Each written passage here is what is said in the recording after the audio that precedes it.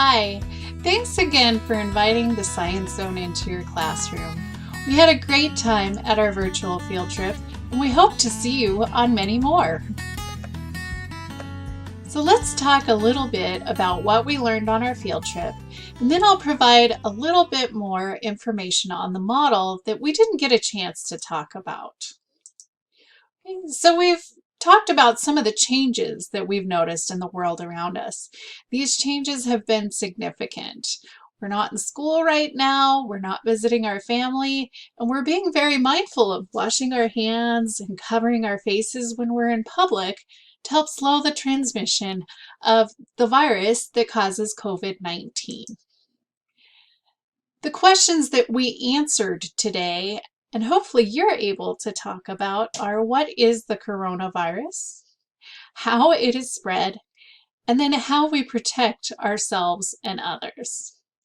So with how it's spread, we know that sneezing is a major transmitter. So those droplets, if they get on your face, might hurt you. But we also learned that fomites, so things like pencils and doorknobs, can be a way that the virus is transmitted.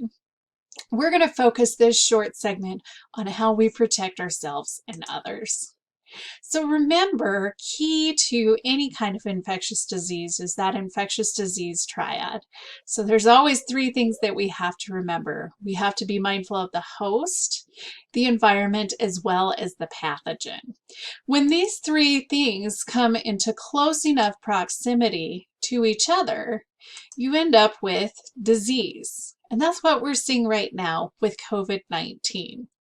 But if we pull parts of that triad far enough away from each other, what you see is that the amount of disease that occurs in a population will decrease. And indeed, that's what we're trying to do now by flattening the curve. Hopefully, eventually we'll have a vaccine that will prevent COVID-19 altogether. What we're going to do now is look at a model. It's called the simulitis model, and it was published by a mathematician who's also a biologist in the Washington Post. So we talked about how a scientific model is something that helps scientists predict or understand natural phenomena that are occurring throughout the world that are too large or too small to study. Okay, so what this model does is it helps us predict the path of an infectious agent such as SARS coronavirus 2 through a population with and without social distancing. We use models because sometimes we need to be able to predict the path of movement of something like a virus through a population. But there are many other applications of scientific models.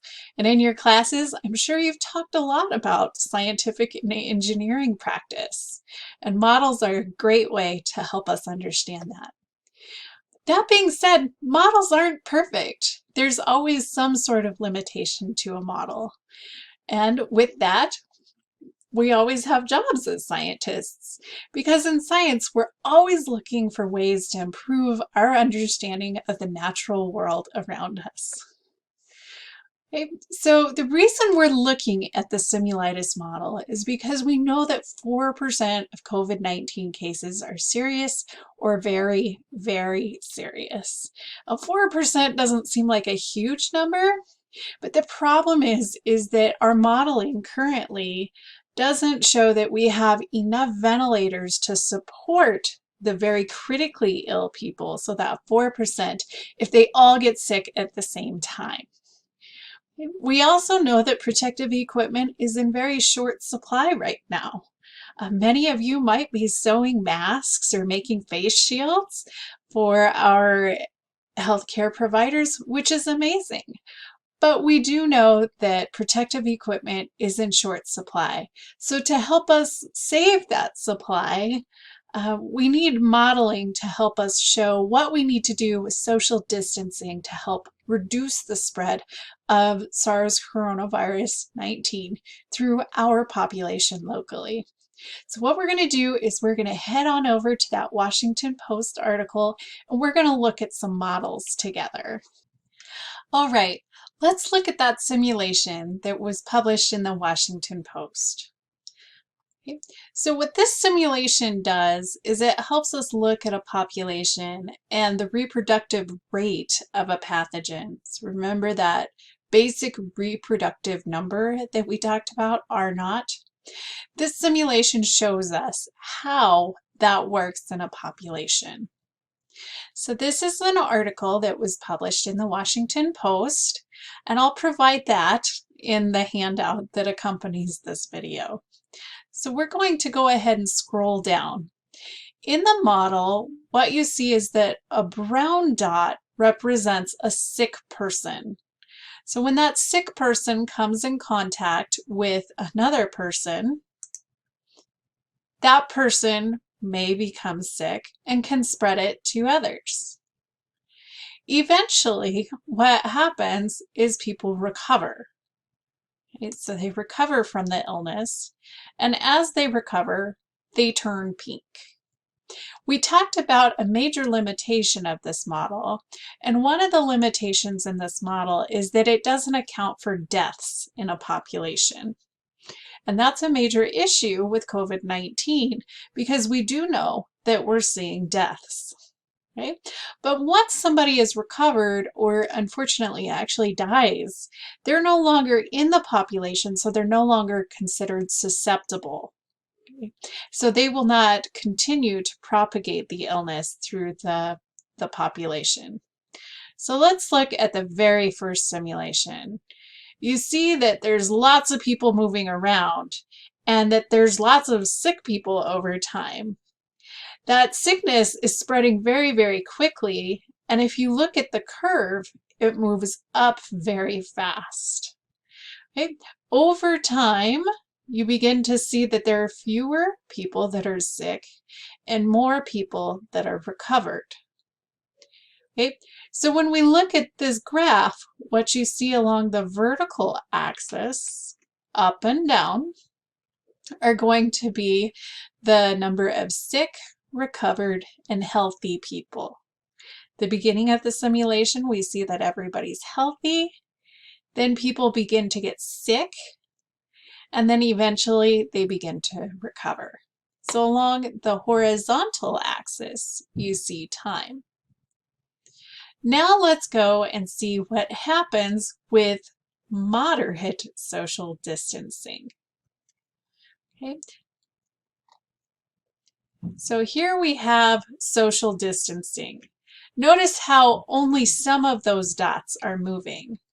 The rest of those dots are in their homes, they're not going out, and they're staying away from each other to keep that spread of the virus from happening. Now, if you look at our graph, we see that that change is a lot different. We don't see that quick spike up of cases of sick people. Okay? So that's what's referred to as flattening the curve. The whole point here is to push that number of sick people down far enough so that it doesn't exceed the capacity of our healthcare systems. Okay? So if we look at this graph, you see that the number of sick stays relatively low. There's still a lot of healthy people in the population, and then we see others that are recovered. Now, it's going to take a lot more time to get people where they are immune so that they've recovered from it. But remember, with COVID-19, we don't have an effective vaccine. We don't know of any highly effective treatments. In fact, we don't know of any. They're being looked at. So the point of social distancing is to buy ourselves time until we can get a vaccine and we can find treatments that are effective so that people don't get so sick. Okay? So that's moderate social distancing. Now let's look at very extreme social distancing. So there are even fewer dots moving in this simulation. And what you notice is that that brown part of the graph is coming up even more slowly, and the number of cases is even smaller. This level of social distancing is probably almost impossible to do. Okay? This would take a lot of effort, and it would be really hard to get to achieve. So really what we're looking for is something a little more moderate that will allow people to stay safe and allow scientists enough time to develop a treatment or a vaccine. But the other thing that we have to remember is that we're trying to flatten that curve enough so that the healthcare system is not completely overwhelmed. This last simulation that we looked at is pretty extreme. I don't anticipate we'd see many communities that would actually be able to do this. But the first simulation that we ran is actually something that is happening right now, and you're doing your part in helping keep everybody safe. Thank you for joining the Science Zone for a virtual field trip. We are delighted to be invited to your classroom, and we hope to see you on more virtual field trips. My name is Dr. Phillips, and again, thanks for joining us. We'll see you soon.